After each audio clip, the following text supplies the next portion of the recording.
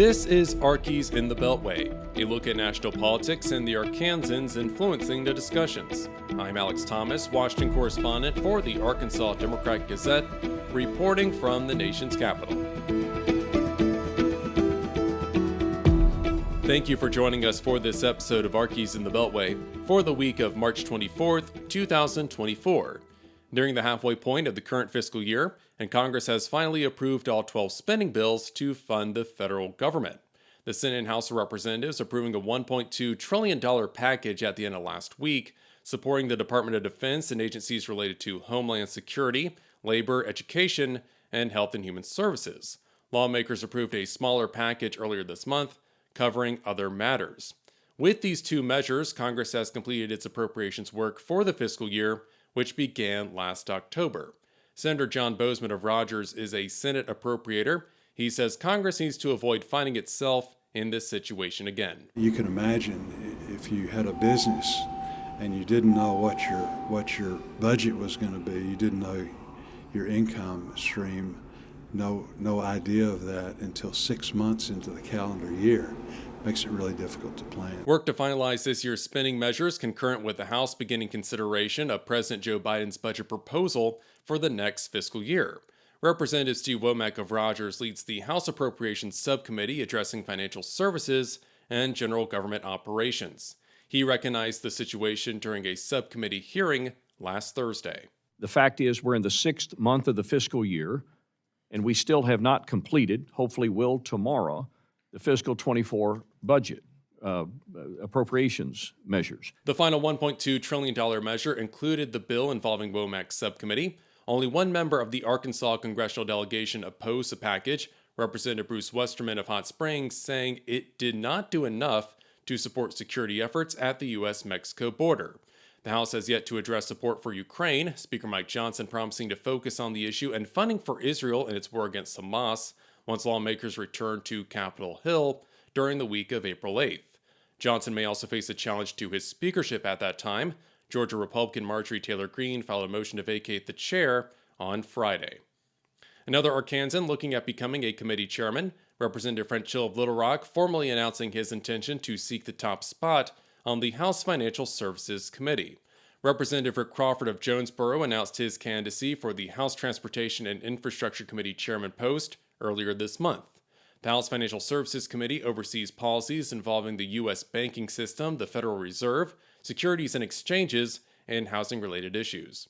Hill, who has represented Arkansas's 2nd District since January 2015, says he has the resume to succeed as chairman, including being part of the George H.W. Bush White House and leading the former Delta Trust and Bank. I would be best suited for the job because of my experience, which includes the policy development knowledge and experience, the managerial experience in running a large, complex operation, and then my commitment to the conference and solid leadership. The congressman from Little Rock currently serves as the committee's vice chair under North Carolina Representative Patrick McHenry, who has already announced he will retire at the end of the current Congress. Hill on McHenry's leadership. Chairman McHenry has been extremely gifted in taking the 2-year congressional term and working backwards in that calendar and setting clear goals for each subcommittee on how to accomplish the oversight responsibility of the executive branch and write and craft legislative ideas and get those through that very tight time frame that you have in just a 2-year Congress. Representative Westerman currently serves as chairman of the House Natural Resources Committee. If Democrats win control of the House in this November's election, the Republican Steering Committee would instead choose ranking members for House committees. Arkansas Attorney General Tim Griffin wants Congress to address hemp in the next farm bill, specifically as it relates to language from the 2018 legislative package. Griffin helping lead a bipartisan letter of 21 state attorneys general to leaders of the Senate and House Agriculture Committees, arguing the most recent farm bill encouraged a proliferation of hemp products. Federal lawmakers removed hemp from the Controlled Substances Act in the 2018 Farm Bill, separating it from marijuana because of its low Delta-9 THC content, marijuana's high-inducing compound. Rusty Rumley with the National Agricultural Law Center in Fayetteville explains. Even though it does have trace amounts of Delta-9 THC, Congress said, hey, if you're below 3% total THC on a dry weight basis, you're considered industrial hemp and you no longer fall under the Controlled Substances Act. Griffin and the 20 other attorneys general say that change resulted in a $28 billion market of hemp-based THC-infused products, leaving states with little ability to regulate and protect consumers. Congress looking to pass a farm bill this fall after punting on considering a measure last year. Senator Bozeman received the letter as he serves as the ranking member on the Senate Agriculture Committee. Patrick Creamer, the communications director for the committee's Republican members, says Bozeman appreciates Griffin's leadership on the matter as Congress considers ideas for the next farm bill. Bozeman telling the Democrat-Gazette that Senate Republicans on the committee are still on track to release their policy framework next month. A record number of Arkansans enrolled in the Affordable Care Act's insurance marketplace. The Centers for Medicare and Medicaid Services releasing data showing more than 156,000 people in Arkansas selected plans during the most recent open enrollment period, topping the 100,000 who got plans during the previous term. Federal health officials announcing 45 million Americans have health insurance through the healthcare law, either through the marketplace or state Medicaid expansion efforts. Health and Human Services Secretary Javier Becerra. 14 years ago, the landscape of healthcare in America changed forever. Thanks to the vision and the grit of leaders like President Obama and President Biden, we've seen a transformation that's brought health insurance within reach for folks who might never even dreamed of it being possible. Enrollment in Arkansas's Medicaid expansion fell to 244,000 people. Arkansas, like other states, administered an unwinding of their Medicaid rolls last year, giving an end to the coronavirus pandemic.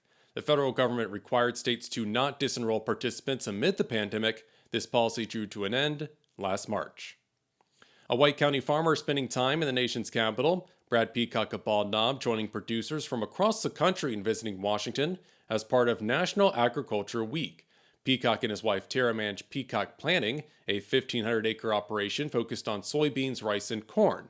The couple named finalists for the Outstanding Farmers of America's National Outstanding Young Farmers Program in 2023.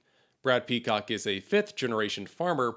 He worked a corporate job after graduating from Arkansas Tech, but says it wasn't for him. There's nothing like coming back to the farm and actually seeing what you did all day versus pushing papers for 8 hours and then there's no accomplishment of doing something. So with the farm, you can see what you did and you can see the outcome of doing that. The National Outstanding Young Farmers Program recognizes producers for their successes and contributions to the agriculture economy. Other finalists from a variety of states, including Alabama, New York, and Wisconsin. And that'll do it for this edition of Arkies in the Beltway for the week of March 24th, 2024. You can stay up to date with all news involving Arkansas at arkansasonline.com. You can get in touch with me on social media. My handle is at AlexHouseThomas. Special thanks to the team down in Little Rock. I'm Alex Thomas, and this has been Arkies in the Beltway. Thanks for listening.